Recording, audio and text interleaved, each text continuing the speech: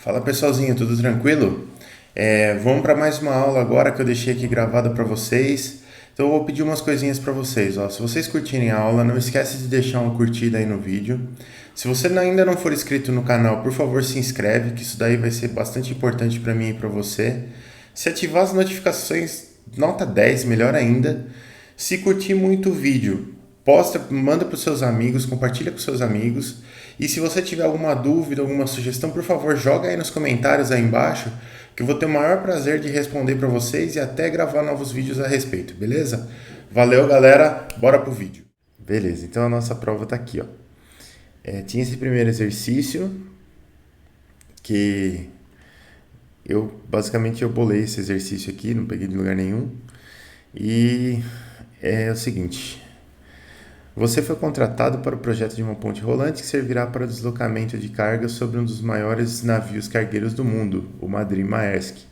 Na época que eu tinha visto a reportagem desse navio, que era o maior, agora já tem um chinês que é maior, mas eu não queria dar crédito para a China, então ficou esse da Maersk mesmo. Na etapa do projeto que você está analisando, inclusive é muito interessante que esse navio ele chega até uma velocidade de 60, 70 quilômetros por hora, ele é monstruoso de grande, cabe container pra caramba. Só que ele na verdade ele navega a 30 quilômetros por hora, porque se eles passar muito dessa velocidade o consumo de combustível fica muito grande. Então ele navega bem devagarzinho, mas como ele leva muito container, não lembro quanto, mas era um absurdo, assim, tipo 20 mil containers. Então, pode ser devagar, porque a hora que chegar vai chegar um monte de carga de uma vez só. E aí, vamos lá. Na etapa do projeto que você está analisando, é necessário calcular as reações devido à incidência de vento frontal no pórtico da ponte rolante, conforme mostrado na figura. Então, imagina que o navio está aqui de frente para a gente, tem esse pórtico aqui da ponte rolante, e aí a gente tem um modelinho de vento aqui, que é um KY elevado a P, e o K, esse V0 dividido por H0 elevado a P. Eu coloquei isso aqui só para você ver que esse modelo de vento é exatamente o mesmo modelo que a gente estava trabalhando lá na aula, então as equações vão ser as mesmas. E aí tem as medidas todas da estrutura aqui, tal, tal, tal. Tem uma vista lateral dela também, então você sabe que tem vento aqui. E a gente está querendo calcular esse momento que vai segurar esse pórtico em pé e essa força que vai segurar ele em pé, tudo isso devido à ação do vento. E aí tem um detalhe aqui que você tinha que ficar atento, que o vento ele é algo que está na natureza, né? Então ele começa aqui no nível do mar e o pórtico não começa em y igual a zero, ele começa em y igual a 25 metros aqui e vai. Então a gente tinha que mexer um pouquinho naquela fórmula lá, colocar o H1 e o H2 não eram zero, mas era só esse detalhe. Aí tinha a letra A aqui, ó. Para determinar o perfil de vento, utiliza-se dois tubos de pitot colocados nas posições P1 e P2 mostradas na figura. Sabendo que essas velocidades é que vai ter duas velocidades aqui, eu vou resolver literal, depois a gente substitui valores. Inclusive é isso que eu ia falar aquela hora, lembrei. Nunca mais eu uso esse negócio de ficar trocando valor aqui na hora da prova. Eu vou tentar fazer alguma fórmula com RA, se for para fazer prova com valor diferente, mas nunca mais eu faço isso aqui, porque deu muito problema, gente. Prova fechava e abria, tava quanto valor e putz. Mas bom, serviu para a gente testar a ferramenta e ver que não funciona. Então, sabendo que as velocidades aqui têm dois valores, calcule o coeficiente P do modelo de vento. O coeficiente P é esse expoentezinho aqui, né? Então, como que a gente fazia essa 1A aqui? Vamos lá com a nossa loseta.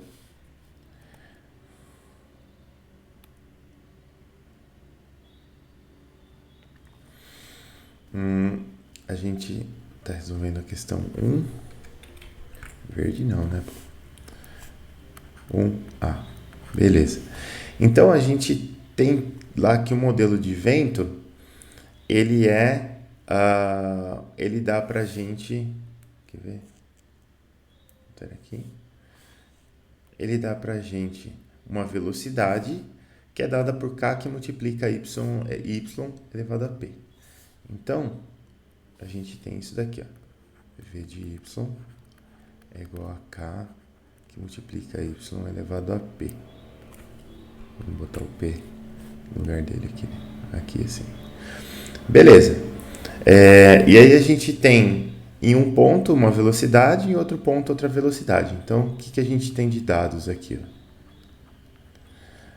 A gente tem no ponto 1, a gente tem uma velocidade, vamos dizer assim, uma velocidade V1 e uma altura Y1. E no ponto 2, a gente tem uma velocidade V2 e uma altura Y2. Beleza.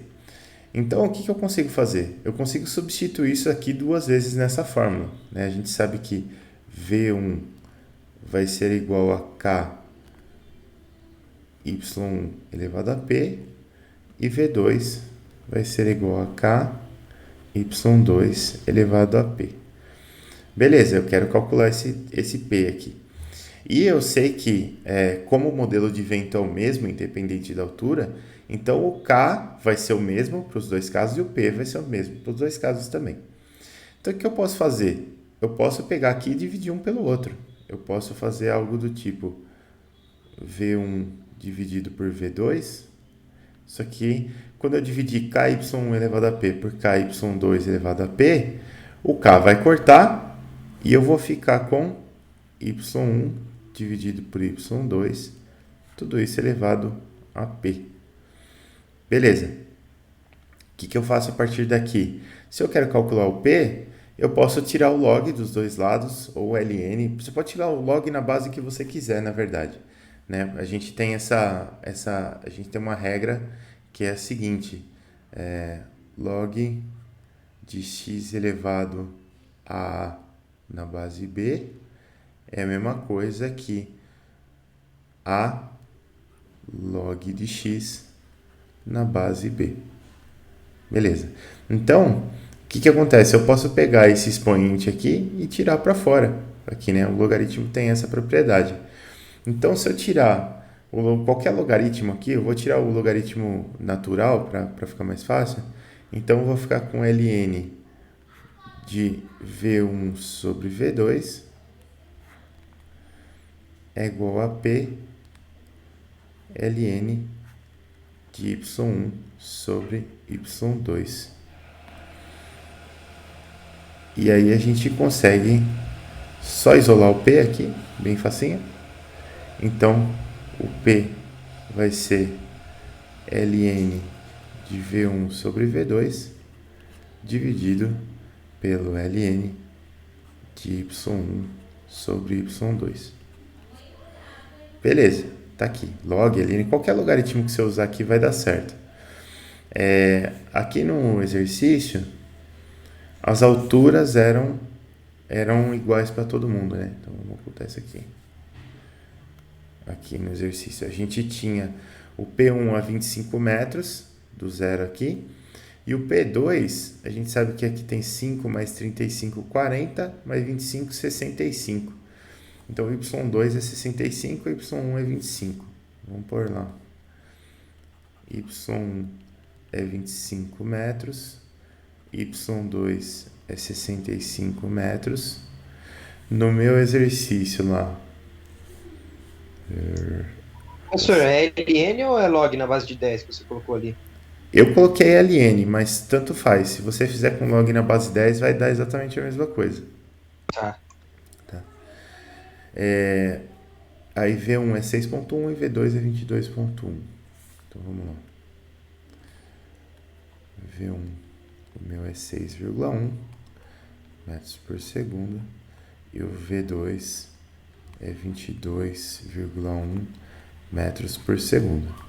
Beleza, fazendo as continhas, substituindo todos os valores aqui. Vamos ver quanto que dá. ln de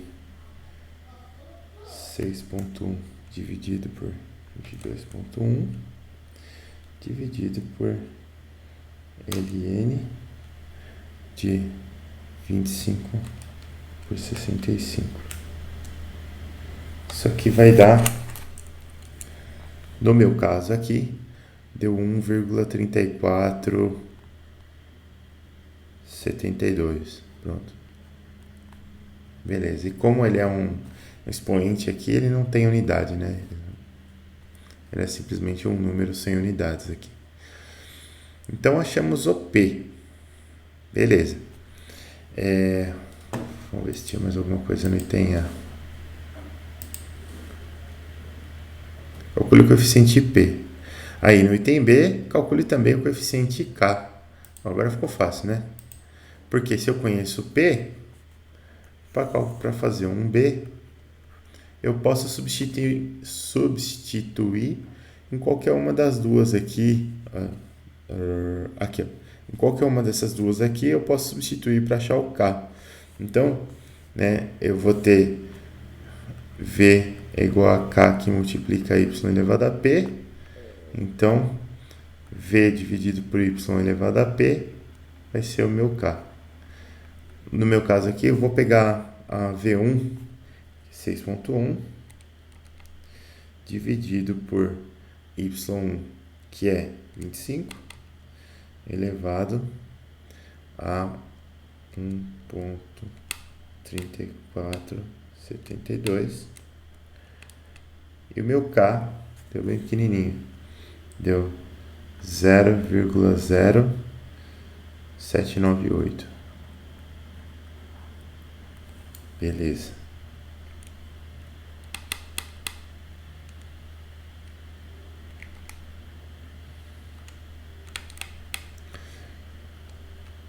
Só verificando a conta aqui.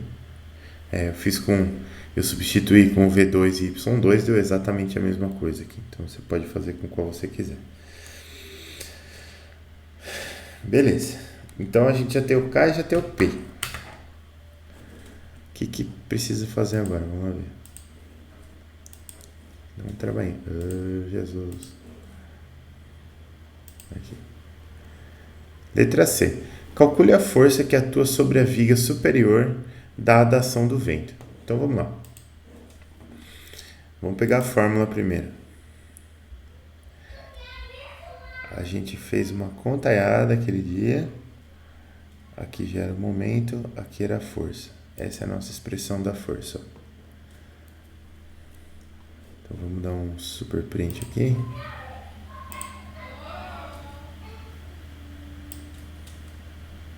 Para não perder tempo copiando isso aqui. E vamos colar lá. Então aqui. 1C.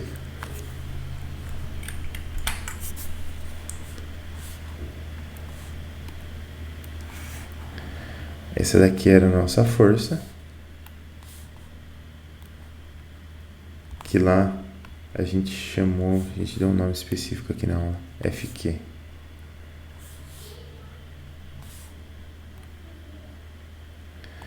E ela tinha essa formulona toda aqui, ó. E ela no enunciado falava assim, ó. Lá na figura, pode falar. Eu poderia, ao invés de ter usado essa daí, a força é igual ao Q, vezes a área, vezes o coeficiente? Aquele CF que a gente encontra de acordo com o perfil da barra? Deixa eu pensar, mas eu acho que não. Não, porque você não tem um vento que está incidindo todo na mesma velocidade. A velocidade varia ao longo do perfil, né? Isso daqui é a integral dessa fórmula aí no perfil. Tá? Vamos ver aqui, ó. Aqui. Então a gente tem aqui. Que eu vim ver mesmo? Nossa, o Alzheimer tá pegando hoje, hein? Aqui, ó. Eu tenho esse termo K aqui, que é o V0 dividido por H0 elevado a P. Isso aqui era legal de ver aqui, ó. Porque eu tenho aqui essa fórmula aqui, ó. Né? Como K, ele é V0 dividido por H0 elevado a P. Se você olhar para esse termo aqui, ó. Aqui assim. Eu tenho exatamente um K ao quadrado aqui dentro dessa fórmula aqui, né? Então essa fórmula aqui, ela vai ser a mesma coisa que CF W rho K ao quadrado dividido por 2P mais 1. Tudo isso que multiplica aquele termo feio lá, H2 elevado a 2P mais 1 menos H1 elevado a 2P mais 1.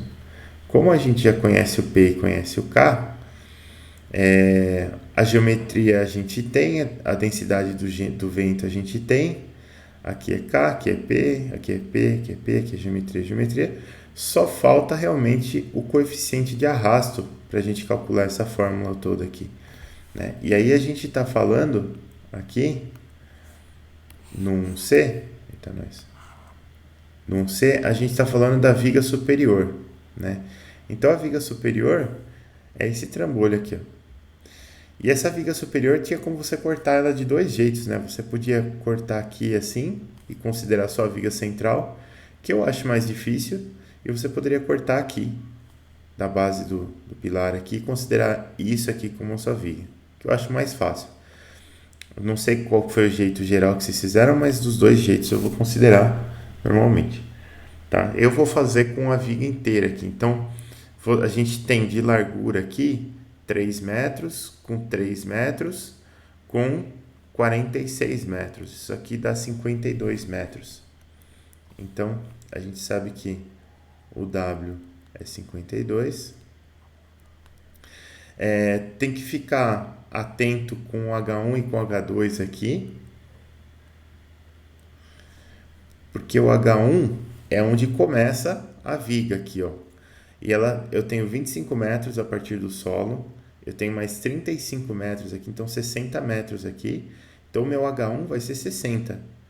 E o meu H2 vai ser o final da viga, que é 5 metros acima, então é 65. Então vamos lá. H1 é 60 metros, H2 é 65 metros, e o W já foi, o ρ é dado lá, certo? Acho que é 1,23, né? Mas aqui. Acho que é embaixo, né? Aqui.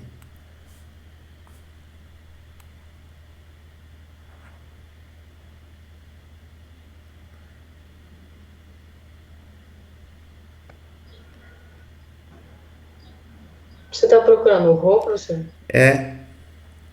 Não Eu não é não. dei? Não descobre na 1? Não, não é não. Ué, eu não dei? Sério que eu não dei o rho? Meu A Deus. gente pesquisou, 1,23. Ah, vocês pesquisaram. Então tá.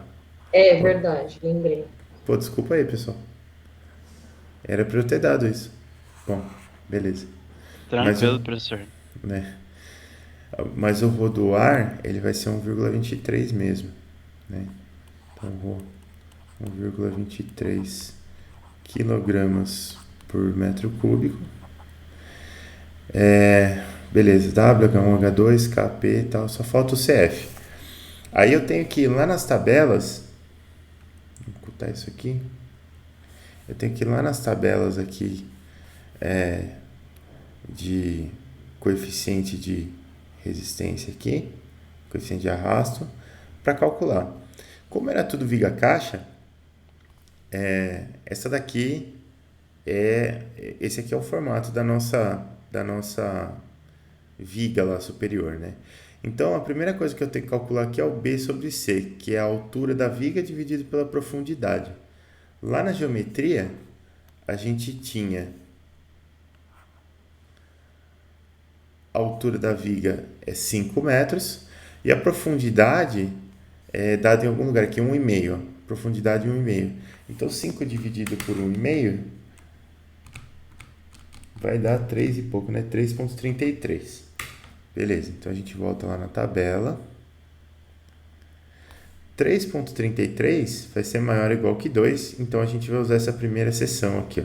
Aí eu tenho que calcular o F sobre B. O F vai ser a nossa largura da viga. A largura, no nosso caso lá, é de 52 metros e a altura é de 5 metros. Então 52 dividido por 5 vai dar 10,4. E aí 10,4 vai dar um coeficiente de arrasto que está bem próximo de 10 aqui, né?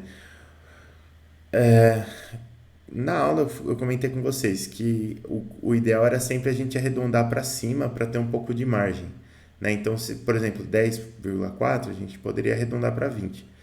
Mas como está tão próximo de 10, está bem próximo de 10, quem fez com 10 eu vou considerar e quem fez com 20 eu vou considerar também. Não tem problema, a diferença aqui é bem pequena. Mas eu vou fazer com 20, né? Então eu vou imaginar que o nosso F sobre B deu 20, isso me dá um coeficiente de arrasto de 1,95. Então, meu coeficiente CF lá vai ser de 1,95.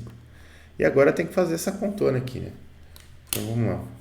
A gente tem H2 que é 65. Eu vou até salvar o P em algum lugar aqui para ficar mais fácil. Então, eu vou ter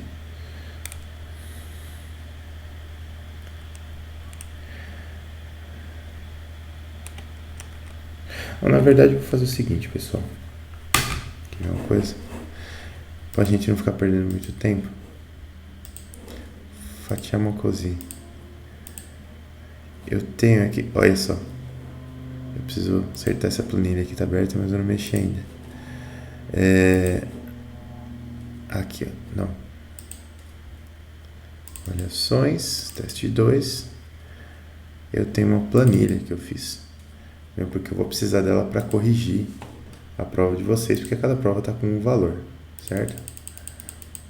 No meu caso,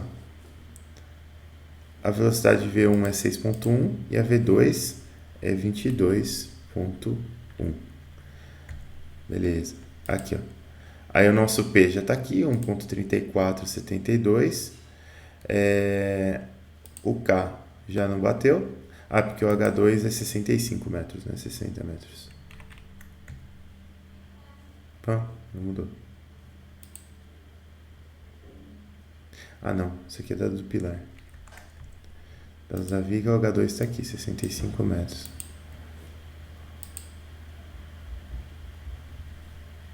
Acho que é por causa do arredondamento lá que eu fiz. Tem um pouquinho diferente aqui. 0,079 também.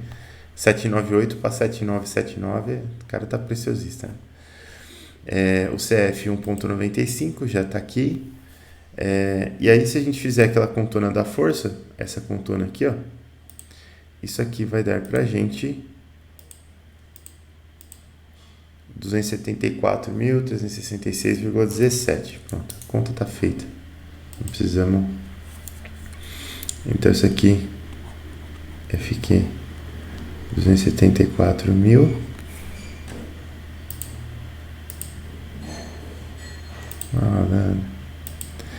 366,17 366,17 newtons. Beleza. Vamos para o 1D agora.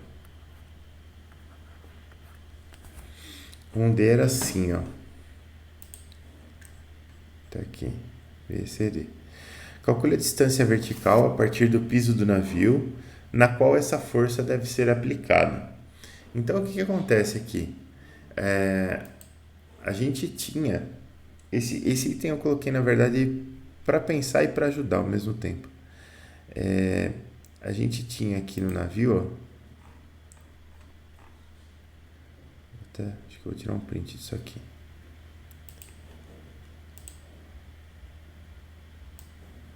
Pra gente poder rabiscar.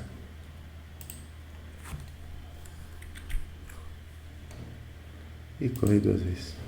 Pera aí.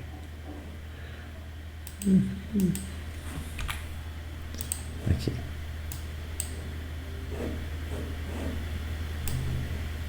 Aqui. Então, se você olhar aqui para o problema, o nosso y, ele começa aqui, ó. Aqui eu tenho y igual a zero. E ele sobe vertical aqui. Assim. Certo? Então, quando eu usar aquela fórmula que a gente estava usando lá para calcular o h, lembra que o h, ele, se você olhar aqui na fórmula, o h, cadê o h, cadê o h?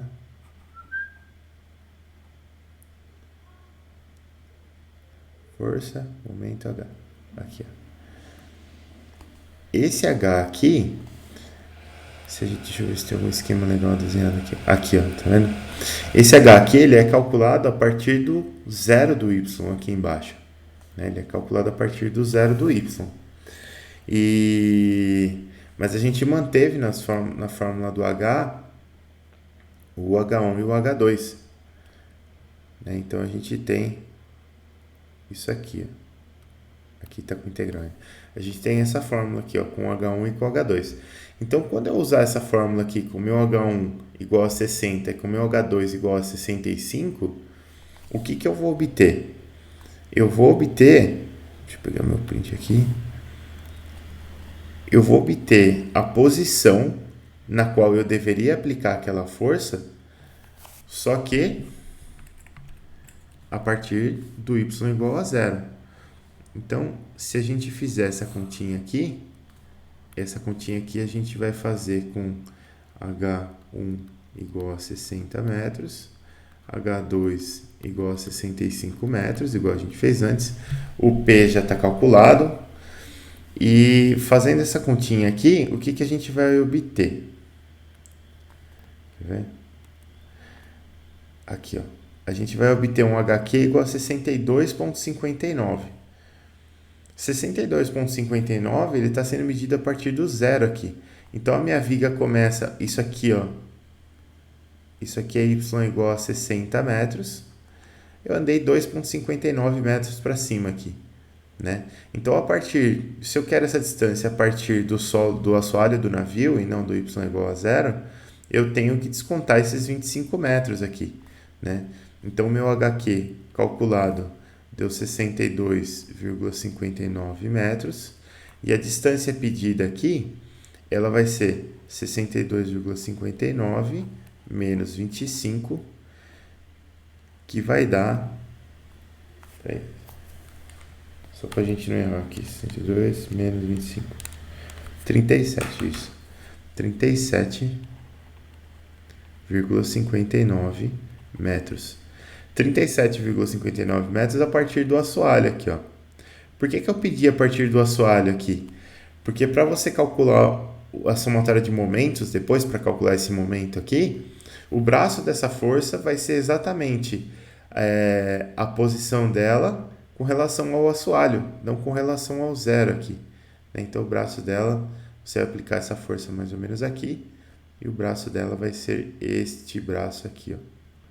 Então eu já pedi para você calcular esse cara que seria o braço da sua força, para facilitar lá na frente. Porque vai que você esquece e calcula a somatória dos momentos em torno do mar aqui e vai dar tudo errado. Então esse era um D. Depois o 1E era a mesma coisa, só que para os pilares. Né? Aqui. 1E. Calcule a força que atua sobre cada um dos pilares devido à ação do vento. Então, a mesma coisa, né? No 1E, o que a gente vai usar? A gente vai usar isso aqui de novo. Ó. Essa mesma formulinha que a gente estava usando antes. Aqui.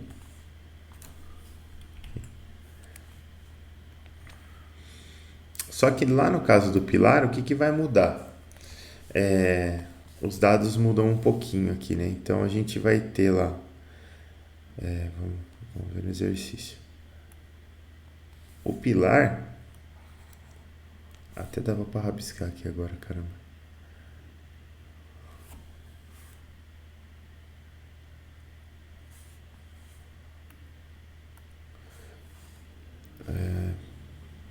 Se perdi, aqui. O pilar a gente cortou aqui, ó. Né? Então a altura do pilar vai ser essa altura interna aqui, que é de 35 metros. Então, o H1 do pilar vai ser 25, tá aqui.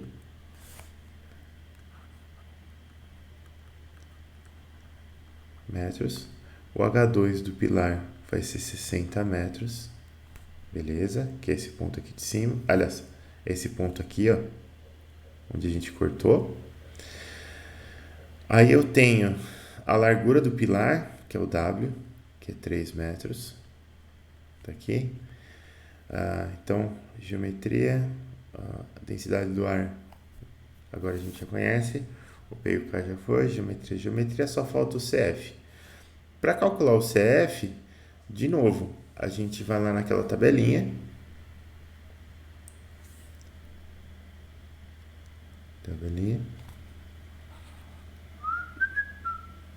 Aqui, tabelinha. E a mesma coisa, só que repara que a dimensão F aqui é sempre maior do que o B. Então, para o caso do pilar, o F vai ser a altura e o B vai ser a largura do pilar. Tá? Mas a largura do pilar, ela é de 3 metros, a profundidade de 1,5 m. Então, 3 dividido por 1,5 m vai dar 2. Então, eu tenho esses dois aqui. Beleza, vou usar essa parte superior de novo. A altura do pilar é de 35 metros. E a largura é de 3. 35 dividido por 3 dá um pouquinho mais que 10. Então, na verdade, o coeficiente de arrasto do pilar ele vai ser mais ou menos o mesmo da viga. Né? Ele vai ser aqui um pouquinho maior que 10. Você podia usar 1,75 ou 1,95. Aqui meio que tanto faz. No pilar, eu usei 1,95 de novo. E aí, fazendo as continhas, em cada pilar a gente vai ter 44.190,78 newtons. Aí não tem muito aqui, é mais fazer a continha. FQ é igual a 44.190,78 newtons. Beleza. Depois tem a 1F, que, se eu bem me conheço, deve ser calcular o HQ do pilar aqui, mas com relação ao assoalho do navio. Aqui. D, E, F. Então, calcule a posição vertical a partir do assoalho do navio na qual essa força deve ser aplicada. A gente vai usar de novo a formulinha do HQ, que é essa formulinha aqui. Então, copiar aqui. E a gente vai colar de novo aqui. O P é conhecido. Só que o nosso H1 agora é 25 metros e o H2 é 60 metros. O nosso HQ, pela continha lá, botar super tabela mágica. O nosso HQ pela continha lá vai dar 48,35 metros. Né? Então a gente vai ter aqui 48,35 metros a partir do nível do mar. Né? Se eu quiser calcular isso daqui a partir do assoalho, eu tenho que descontar 25 metros. Então a gente tem 48,35 menos 25 igual a 23,25 metros. Né? O pilar tem 35 e a gente sabe que, como o perfil de velocidade ele tem uma carinha assim, ascendente, então esse HQ tem que estar sempre para cima da metade. Na metade de 35 seria 17,5. Aqui deu 23,25. Aqui na viga a metade seria 2,5, deu em 2,59 a partir da base da viga aqui, né? 2,59 metros, quer dizer, está um pouquinho para cima da metade. Até essa viga horizontal aqui, esqueci de comentar. Lá em sala a gente fez aquele exercício da grua, e para a parte horizontal da grua a gente não calculou dessa forma aqui o centro, a gente colocou simplesmente a força no centro de massa, porque a estrutura é basicamente horizontal e a gente sabe que a distância entre o centro centroide de área aqui e o ponto de aplicação da força vai ser muito pequena, como aqui deu 9 centímetros, né? Então, você poderia colocar no centroide de área direto, como uma aproximação. Se alguém fez isso, eu considero correto também para a viga, né? Não para o pilar, que o pilar vai dar diferente, vai dar muito diferente, mas para a viga, ok. Depois, a gente vai para um G.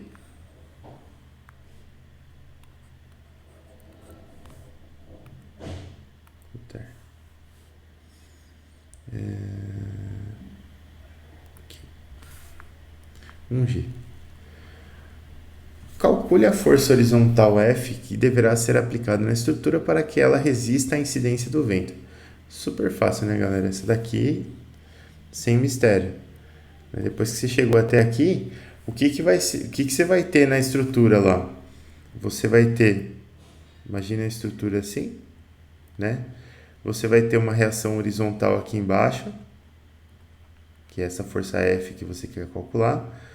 Você vai ter aqui duas forças FQ do pilar, né? Uma para cada pilar, vai ter duas. E aqui em cima você vai ter uma força FQ da viga, todas já calculadas. Então, a força, se você fizer a somatória das forças na horizontal aqui igual a zero, você vai obter F menos 2FQ do pilar menos FQ da viga igual a zero, o que nos resulta em F igual a 2FQ do pilar mais FQ da viga. Pronto. Então eu tinha que pegar essa daqui do pilar, multiplicar por 2 e somar cada viga. Vou fazer rapidamente aqui. Ou eu posso pegar pronto aqui na minha super planilha também, que vai funcionar perfeitamente. E as reações aqui, ó, deu 362.747,74. Né? Isso daqui mais duas vezes isso daqui. Né? Essa daqui de cima é a da viga, é a força da viga. Essa daqui é a força do pilar. Né? Duas vezes essa daqui, mais essa daqui. Deu 362.747,74. 362.747,74 newtons. Pronto. E para terminar, pode falar. Se eu errei na F não, né? Na E e na C, por causa que eu errei a fórmula, você vai descontar dessa daí também? Eu acertei a fórmula dessa. Não.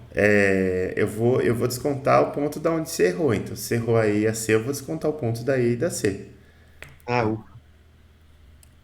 tá, obrigado. Eu Nada. tô contando pontinho aqui, graças a Deus tá indo.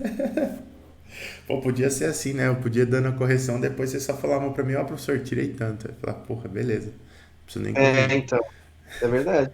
né? Aí vamos fazer um H, que é para calcular o momento, né? Então você vai ter aqui, ó, vou até fazer o DCL de novo aqui.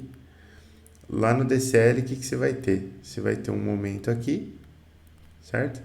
Aí você vai ter uma força aqui, que não vai gerar momento em torno desse ponto.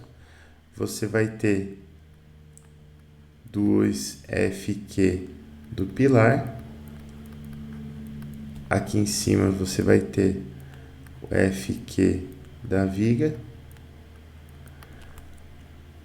Aqui a gente vai ter o H do pilar. E aqui a gente vai ter o H da viga, que a gente calculou anteriormente lá, né? O H do pilar deu 23,25 metros e o H da viga deu 37,59 metros. Então, para calcular isso daqui, eu vou fazer uma somatória dos momentos em torno desse pontinho aqui, que eu vou chamar de O. Então, somatória dos momentos em torno de O vai ser M está entrando, né? Menos M, mais 2 Fq do pilar H do pilar mais Fq da viga H da viga igual a zero. Passa esse M para lá e vamos utilizar a nossa super ferramenta aqui.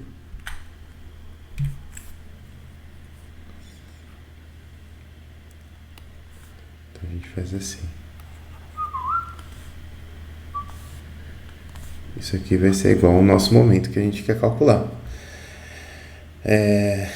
Então, fazendo esse cálculo aqui, a gente vai chegar na incrível quantidade astronômica de,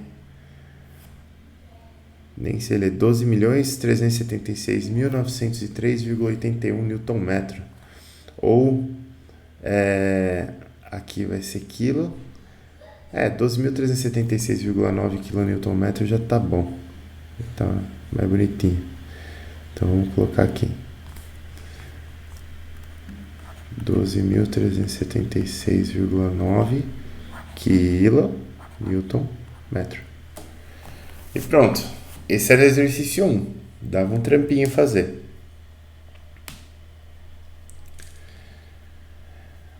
Daí a gente tinha o exercício 2. Vamos voltar lá. Aqui, ó. O exercício 2 era esse exercício aqui. Eu tenho um trilho inclinadinho assim, com esse ângulo alfa, né? E eu tenho um pêndulo aqui. Esse pêndulo está pivotado nesse trilho aqui. Então esse ponto do pêndulo ele está subindo aqui no trilho. Ele está acelerando com uma aceleração A, na verdade. A alfa é o ângulo aqui. Ele está acelerando com uma aceleração A nessa direção aqui. E ele tem uma massa M, um momento de inércia IG em torno do centro de massa. Ele tem um ângulo θ aqui com relação à vertical. E a distância entre o centro de massa e o ponto de pivotamento é D. A gravidade aponta para baixo. Aí o 2A dizia o seguinte: sabendo que o pêndulo possui um momento de inércia IG em torno do seu centro de massa e massa M, com as dimensões dadas na figura, calcule a equação de movimento desse sistema literal sem aplicar nenhuma linearização. Então, vamos fazer. Então, uma copiadinha no desenho aqui. Não era isso que eu queria, Jesus. Era esse.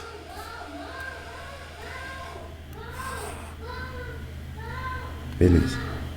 Então tá aqui. O 2A é para a gente calcular a equação de movimento desse negócio aqui. Beleza. Então vamos lá. Eu tenho várias equações aqui que eu posso usar.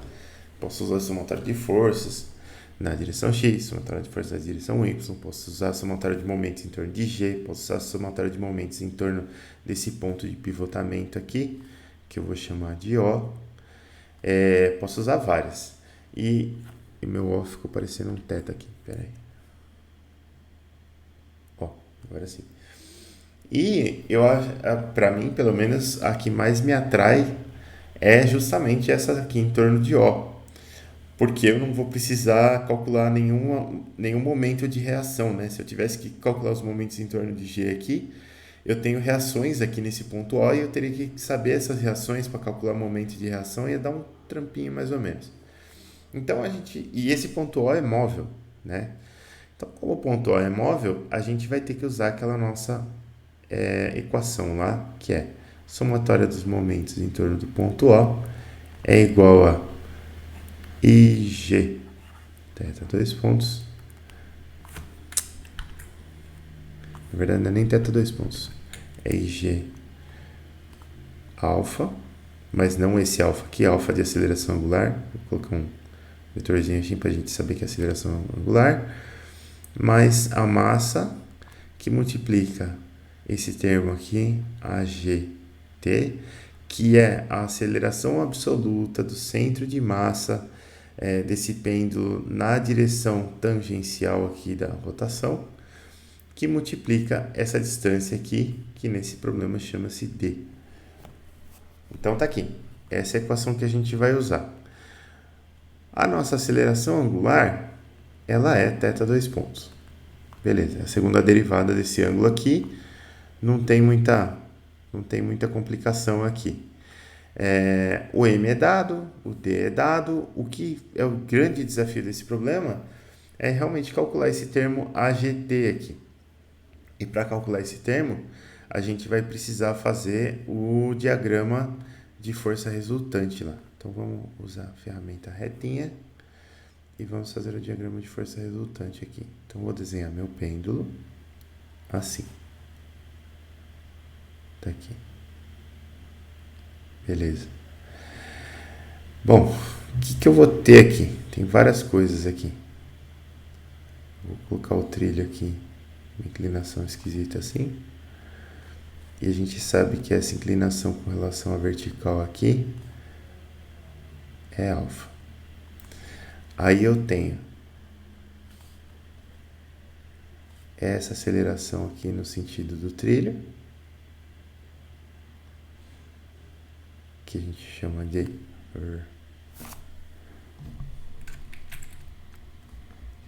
de A. E eu já vou fazer uma coisa aqui que eu acho que facilita muito a vida, que é o seguinte. Eu vou dividir essa aceleração A em duas componentes, assim. Então, essa daqui vai ser a aceleração AX e essa daqui vai ser a aceleração AY. Beleza. E a gente sabe, né, por decomposição simples de vetor aqui, que AX x é igual a que multiplica cosseno de alfa, e a y é igual a seno de alfa. Mas eu vou substituir tudo isso aqui só no final. Aí, o que eu tenho? Eu tenho aqui, vamos continuar desenhando, uma linha vertical aqui, assim, um ângulo θ aqui, o centro de massa desse negócio está mais ou menos aqui, a distância a gente sabe que é d aqui, não vou colocar aqui no diagrama para não poluir muito, e aqui a gente tem duas acelerações, que é a aceleração tangencial, que está para cá, porque o θ está positivo no sentido anti-horário, né? Então, ela é positiva para cá. E a aceleração centrípeta, que invariavelmente deve apontar para o centro. Então, aqui a gente tem θ 2 pontos que multiplica d, e aqui a gente tem θ ponto ao quadrado que multiplica d. Tá aqui, aceleração, aceleração. O que eu posso fazer? Lembra, a minha AGT aqui, ela é essa aceleração que está no sentido tangencial, aqui, a aceleração absoluta do centro de massa, que está no sentido tangencial.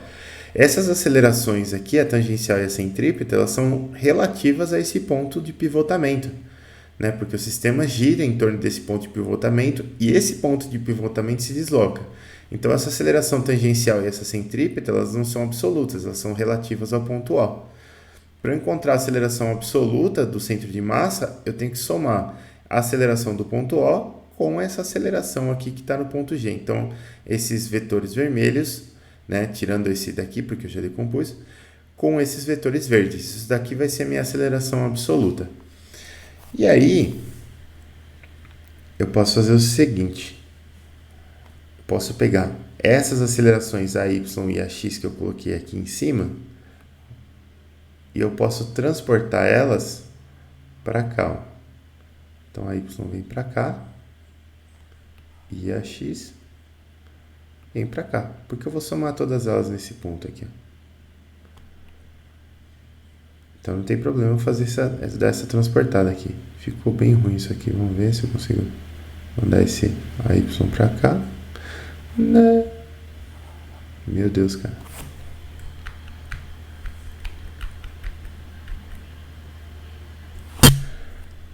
Isso é algo de muito ruim aqui.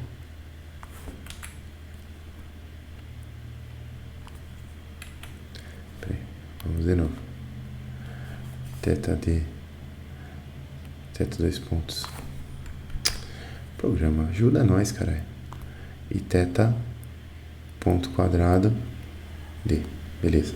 Então a ideia é que a gente vai transportar essas duas acelerações aqui para baixo. Eu vou fazer isso em outro desenho, porque se eu for fazer nesse desenho aqui vai poluir tudo. Então o que eu vou fazer? Eu vou desenhar isso daqui maior. Isso daqui, esse ponto aqui é o centro de massa, que é o ponto G. Vou desenhar isso aqui de azul.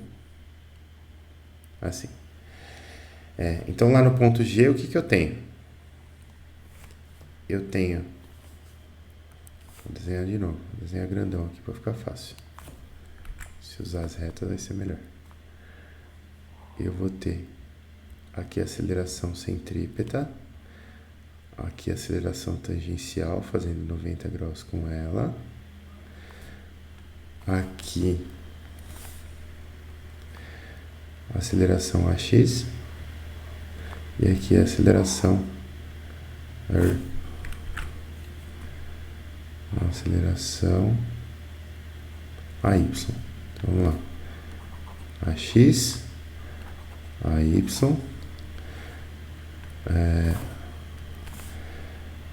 teta ponto ao quadrado D e teta 2 pontos D. Onde que está a minha aceleração AGT aqui?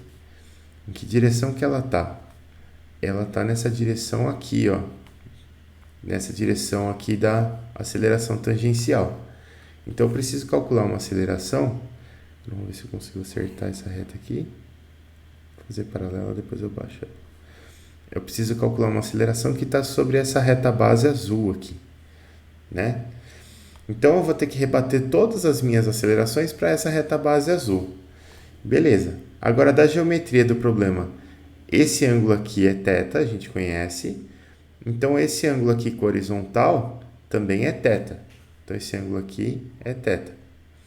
E, por consequência, esse ângulo aqui é θ também. Beleza.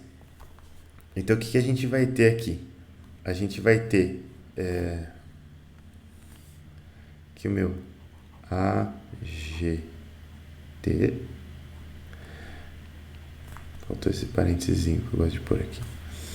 Isso daqui vai ser igual a θ 2 pontos D, que já está aqui sobre essa reta. Θ ponto quadrado D faz 90 graus com essa reta, então ele não vai entrar. Eu vou ter AX cosseno de θ, então, mais AX cosseno de θ. E eu vou ter AY, né, a componente que está em cima dessa reta aqui, é essa componente aqui, ó, que é AY seno de θ. Então, mais AY seno de θ. Beleza. Eu posso substituir isso daqui se eu quiser. Eu não sei se é muita vantagem, eu vou deixar assim agora, mas eu posso substituir aqui, vocês vão ver que vai rolar uma relação trigonométrica aqui, né? Porque o AX é A cosseno de θ vai entrar aqui, o AY é A seno de θ aqui, e aí vocês vão ver que vai rolar um θ menos alfa aqui em algum momento aqui, mas se eu condensar tudo isso daqui agora, vai ficar difícil de separar lá na frente depois, então eu vou deixar dessa forma assim. Então tá aqui a nossa aceleração. Vou jogar tudo isso aqui para baixo, né? O meu AGT está aqui. E aí a gente vai aplicar agora a equação. Então eu vou ter IG θ 2 pontos mais M que multiplica AG. O AG vai ser θ 2 pontos D mais AX cosseno de θ mais AY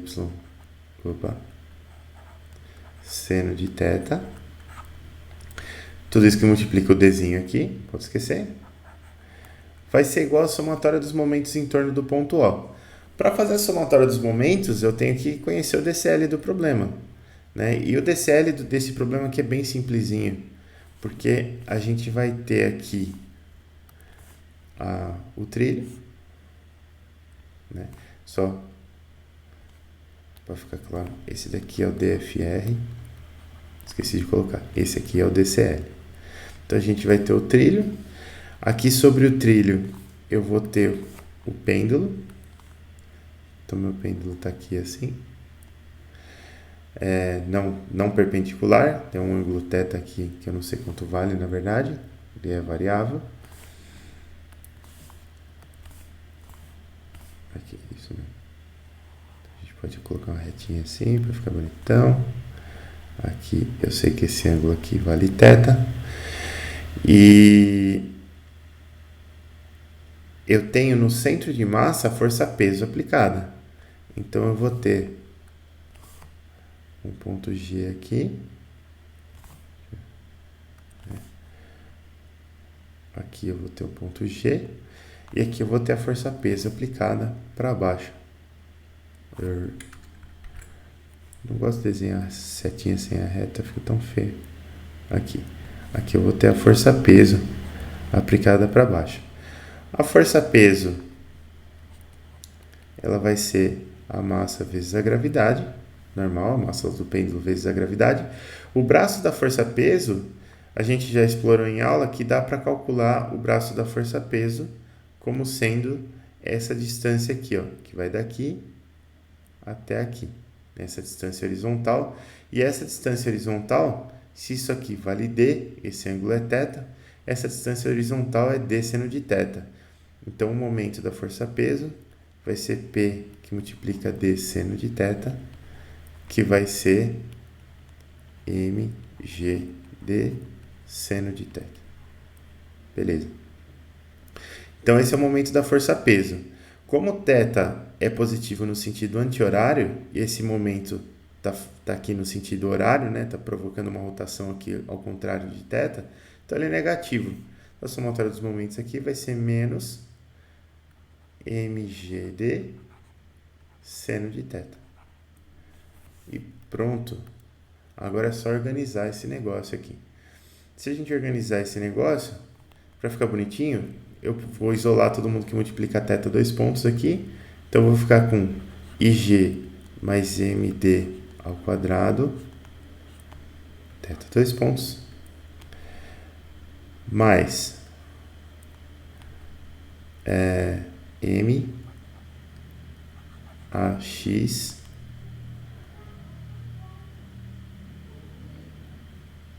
D cosseno de θ menos mais M AY D seno de θ. Vou passar esse MGD seno de θ para lá, mais MGD seno de θ igual a zero.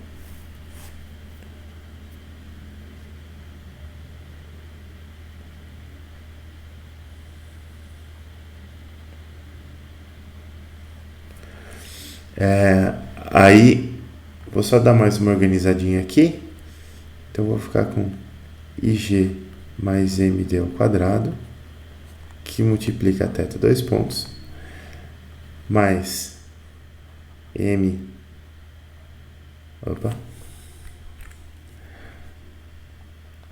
AX D cosseno de θ, mais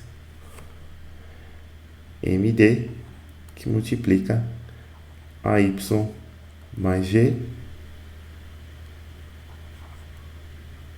certo? Aqui é um G, AY mais G, seno de θ, igual a zero. Pronto. Essa daqui é a nossa equação de movimento para esse problema. Tá? Isso é aqui que eu esperava que vocês chegassem. A diferença para o problema que a gente analisou em aula é que em aula a aceleração era só horizontal, né? Aqui nesse ponto. Aqui eu coloquei uma horizontal e uma vertical também. Então, lá naquele problema que a gente analisou em aula, não tinha esse AY aqui, ó. Só tinha o termo AX. E aqui você podia substituir, se você quisesse, o A seno alfa ou a cosseno alfa aqui. Beleza. Então, esse era o 2A.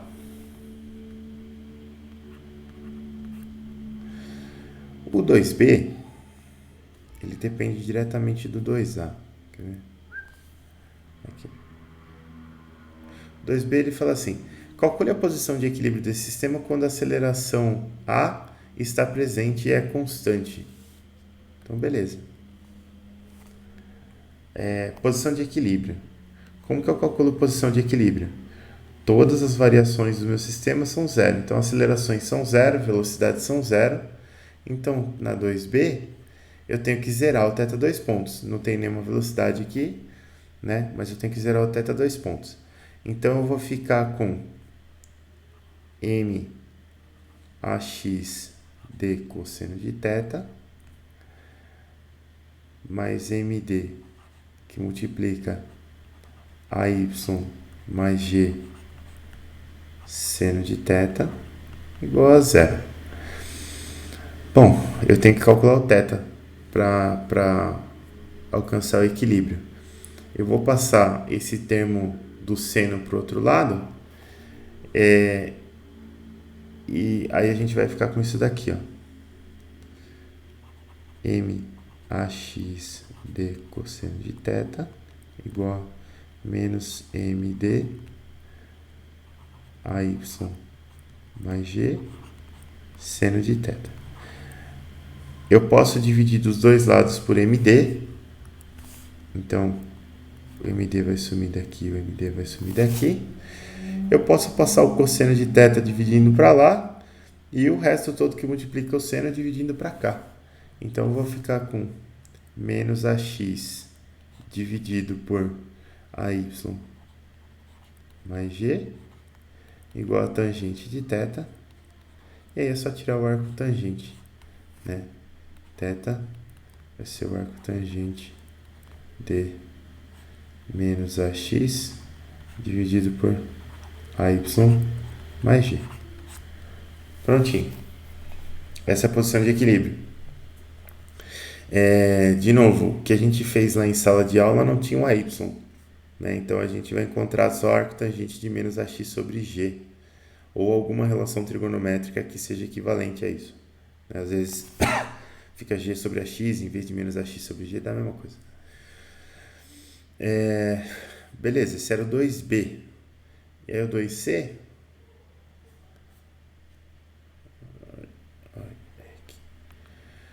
Aplique a linearização na equação de movimento, considerando que o ângulo θ possua pequenos deslocamentos. Explique com suas palavras qual a influência da componente vertical da aceleração A na dinâmica desse sistema, assumindo a hipótese de pequenos deslocamentos, que é θ muito próximo de zero. Então, lá no item C, eu ia ter que pegar essa equação de movimento aqui, que eu vou copiar daqui.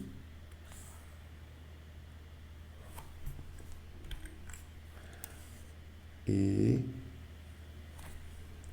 vou pular aqui.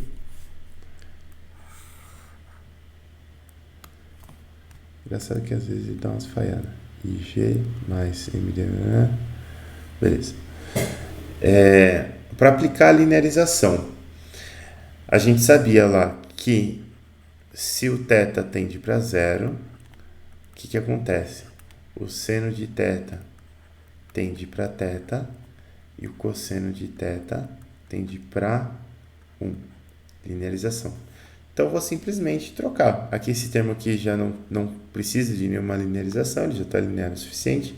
Então, eu tenho aqui IG mais MD ao quadrado, que multiplica θ 2 pontos, mais M AX D cosseno de θ é 1, mais MD AY mais G, seno de θ vai para θ, igual a zero. Vou pegar esse termo constante aqui e vou passar para o outro lado, só para nossa equação ficar bonitinha. Vou até fazer assim para não perder muito tempo. Aqui, esse termo aqui Sai daqui, vai lá pro outro lado. Deixa eu pra você. Esse aqui vem pra cá. Aqui, opa. Vem pra cá. Esse aqui vem pra cá. Negativo. E esse zero aqui some daqui. Então tá aqui.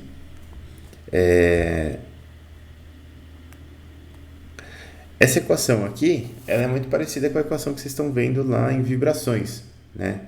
Então, esse termo aqui, como ele multiplica a aceleração, ele é um termo de inércia ou um termo de massa.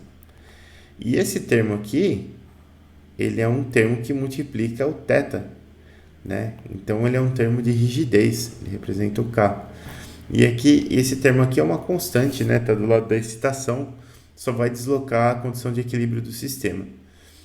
Mas esse termo aqui é importante, ó, porque esse termo de aceleração aqui é o que estava no enunciado, né? Então a pergunta era, o que acontece, qual a influência, né, quando eu coloco essa hipótese de pequenos deslocamentos aqui, que eu posso fazer a linearização, qual a influência da aceleração vertical?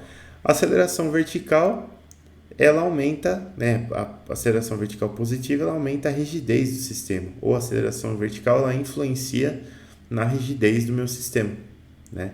E por consequência, se você estiver estudando bastante vibrações, como mexe na rigidez, mexe também na frequência natural do sistema. Mas não era necessário falar de frequência natural aqui, mas sim de rigidez, sim.